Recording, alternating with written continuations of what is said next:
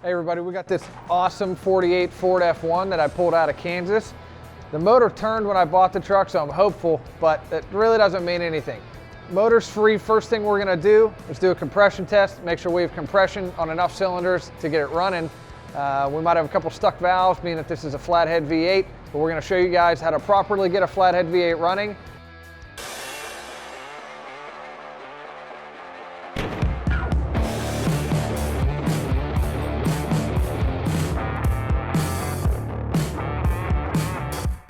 What caught my eye in this truck was how original and complete it is. We got headlight rings, all of our grill bars are in perfect shape, marker lights are here, all the original Ford letters are on the front of this, which is nice because if you're missing one and you buy one reproduction, you got one non-original super bright one and you end up having to replace all of them. And on a truck that has this nice of a patina, it's really cool to see the whole front end intact and undamaged. All of the hood trim is on this truck. Side emblems are here. I have all 4 hubcaps. These are things that really make a difference when you're restoring one of these trucks because you don't have to go searching for reproduction parts. Inside, all the Bakelite is still intact. Keys were hanging in it when I bought it. We had a snakeskin hanging from the inside of the interior when I bought it. Really nice sheet metal on the outside of the truck. Cab corners are nice, bedsides are nice, the fenders are nice. So you'll see we have a really solid white tailgate on this truck. I do have the original color match tailgate to this truck. Guy I bought these trucks from just had them backwards. By the time we sell it, we will have a VIN match, clean, clear title for the truck.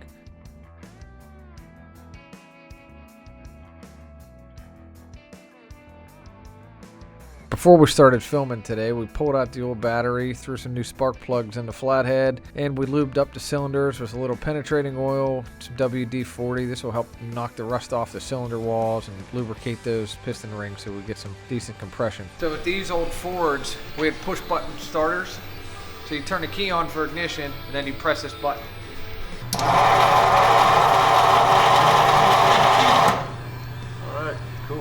All right, now we're doing a compression test on this flathead. This will give us a good indication if we have a problem going on. So if we're seeing really low compression in any one of the cylinders, we know that we have a stuck valve or a hole in a piston or something like that. While doing the compression test, in addition to some compression issues, we figured out we have a starter solenoid issue, and it's causing the solenoid to stick open and the motor kind of just uncontrollably spins. So we found some wires that were making contact that shouldn't be. We're gonna get those fixed up here and try again. These are the wires that were making contact, so we taped those up and keep them insulated from each other. In the meantime, we're also gonna replace this starter solenoid.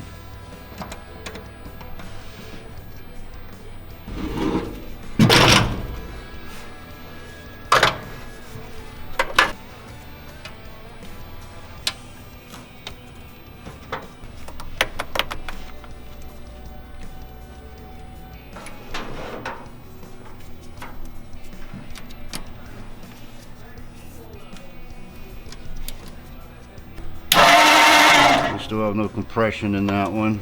This one, we got compression. We got compression. Alright, that one we had compression once, but I think the valve got stuck. So we got to work on that one.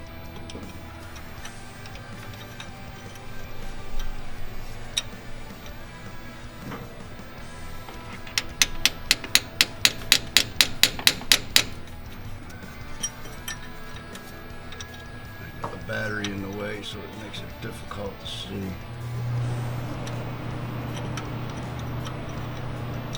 Tap it. Yep, that one's moving.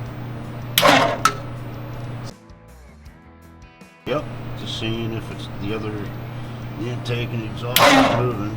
You can watch the screwdriver. Zips.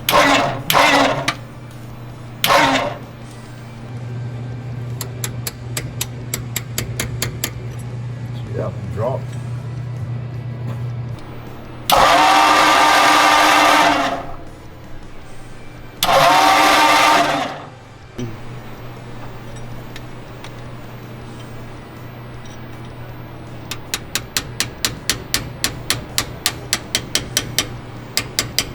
There it goes.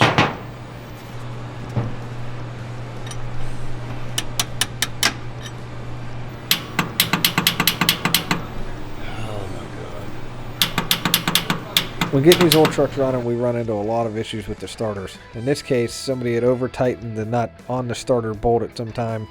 We weren't able to tighten that up and get a good connection on the positive cable, so Bill's going to have to re-tap the stud on the starter so we can get a nice tight connection and get this motor spinning.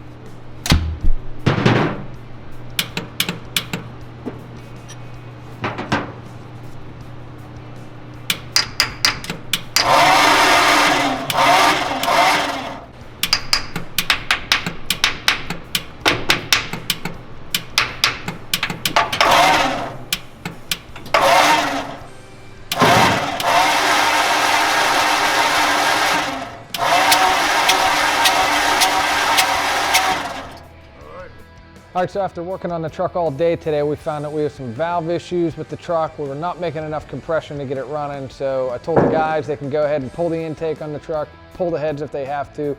Replaceable parts are needed to make the truck run, and I'm confident that after some more work and some more parts that we're gonna be able to drive this truck out of the shop. So stay tuned for the next episode, and hopefully that's what you're gonna see.